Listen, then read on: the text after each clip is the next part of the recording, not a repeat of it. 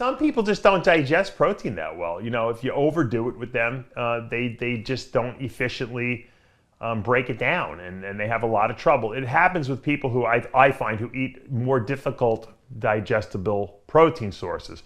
If you eat a lot of red meat, a lot of times it kind of lays in your stomach. It's hard to digest. Even certain chickens are. Fish usually is pretty easy to digest. Eggs I find is easy unless you have an egg allergy or something like that. And if you're using a good high quality whey isolate, like Isolise or something along those lines, you probably shouldn't have too many digestion issues either, because they're almost like pre-digested. So my suggestion is first change over your protein sources to more easily digestible sources of protein. And then if that doesn't work and you're still getting bloating, from higher sources, higher levels of protein, then you might just not need it.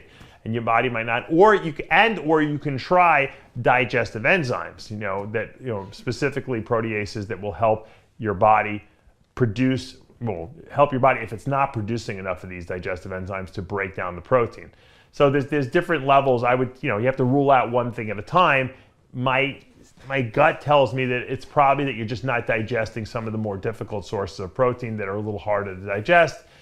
And you might not be spacing out your meals enough, so to give your body some time to break the stuff down. Or don't eat too much at one meal. I had a client who I was giving about 300 grams of protein during the day over 6 or 7 meals, and then I find out they're eating it all in 4 meals, and they can't get the food down, and they're complaining about their stomach, and they didn't even tell me they were doing it over 4 meals. They're like, well, I just don't have enough time to eat, so I've been doubling up meals.